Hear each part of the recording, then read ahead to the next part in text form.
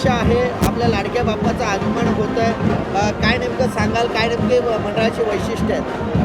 म्हणजे 52 वर्ष आम्ही या विभागात उत्सवाच्या माध्यमातून अनेक उपक्रम राबवलेले आहेत. म्हणजे सुरुवातीला तर आम्ही म्हणजे आज कार्यकर्ते पण वेळ देत होते, कारण आता कार्यकर्त्यांची मानसिकता बदललेली आहे. परंतु उत्सव साधारण सगळे वेळात वेळ काढून येतात, परंतु तो त्यावेळेचा जो काळ होता की अक्षरशः मंडप बांधण्यापासून आम्ही सगळे या सहभागी व्हायचो. म्हणजे इव्हन हा जो रस्ता आहे समजा, रस्ता साफ करण्यामध्ये झाडू मारण्यापासून आम्ही काम करत होतो. आणि त्याच वेळेस आम्ही त्या उत्सवाच्या म्हणजे तो गणपती बाप्पाच्या समोरची सजावटीमध्ये जे आपल्या चालीरीती आहेत, ज्या परंपरा आहेत, त्या परंपरांच्या मागे की काय आहे नेमकी भूमिका किंवा काय शास्त्र आहे. म्हणजे उदाहरणतः आपण म्हटलं की तुळस, ही तुळस जी आपण म्हणतो वारकरी घेऊन जातात त्या आपल्या डोक्यावर घेऊन, त्याचा मागचा उद्देश होता की तुळस ही जरी आपण म्हटलं एक देवाचं हे म्हटलं तरी ती प्रथमोपचारासाठी उपयोगी होते.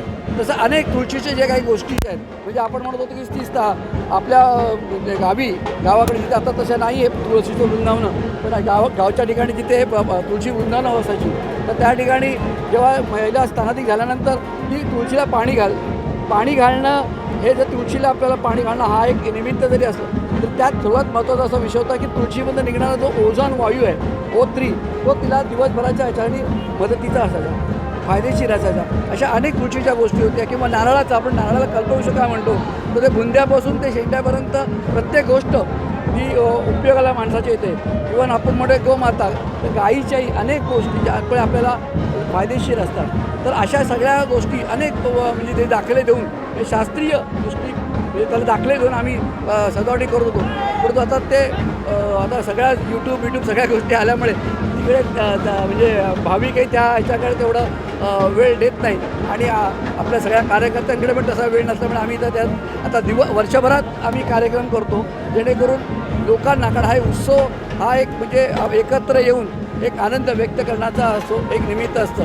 आणि त्यावेळेस जे म्हणजे टिळकांनी जे काय आपलं त्यावेळेस हा उत्सव साजरा करण्यासाठी मागचा हेतू त्यांचा वेगळा होता की ती आपली लोक एकत्र जो काही विषय होता त्यावेळेसचा स्वातंत्र्य मिळवण्याचा, त्यासाठी तो एक उपयोगी होतं. आताही माझं तर म्हणणं आहे की अनेक लोक जे आता आम्ही एकत्र येतो, आम्ही प्रत्येक आपापल्या प्रपंचात असतो, पण या माध्यमातून आम्ही सगळे एकत्र येतो आणि एक उत्साह जो असं आमचा जो आनंद आहे किंवा आपण म्हणतो की उत्सव साजरा करतो.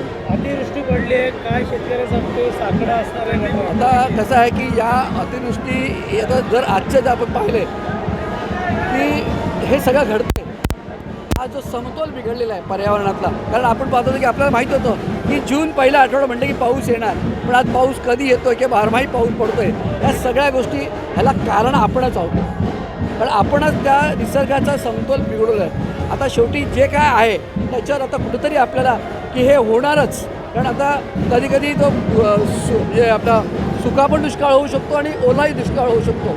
तर या गोष्टीवर आता आपल्याला जसं आपण एखाद्या कुठल्या प्रोजेक्ट करतो, तर ते प्रोजेक्ट करत असताना आपण वेगवेगळ्या म्हणजे पुढच्या 30 वर्षाचा आपण विचार करतो. तसंच हे जे आता पुढे निसर्गाचा समतोल पूर्णपणे बॅलन्स होईपर्यंत, समतोल राखला जाईल तोपर्यंत निसर्गात ज्या काही गोष्टी घडणार आहेत त्याचा विचार करूनच सगळ्या आपल्याला नियोजन करावं लागेल. कारण आता पाऊस, आता ह्याला कोणाच्या हातात नाही, त्याच्यामुळे जे घडतं त्याच्यावर आपण मलमपट्टी किंवा त्याच्यावर उपाय करणं, त्यांना मदत करणं आहे हे नाही. तर माझं तर स्पष्ट मत आहे की जे आता होणार आहे, जे अंदाज आपण व्यक्त करू, जे आपण जसं अंदाजपत्रक करतो की आपल्या ह्या वर्षभरात किती खर्च काय, तसंच काय काय घडू शकतं, हा जो आजचं जे काही परिस्थिती आहे, पर्यावरणाची परिस्थिती झाली निर्माण झाली, तर त्याच्यात काय घडू शकतो ह्याचा विचार करून जर आपण नियोजन केलं तर नक्कीच आपल्याला जी तीव्रता आहे त्याची कमी करता येईल. हां.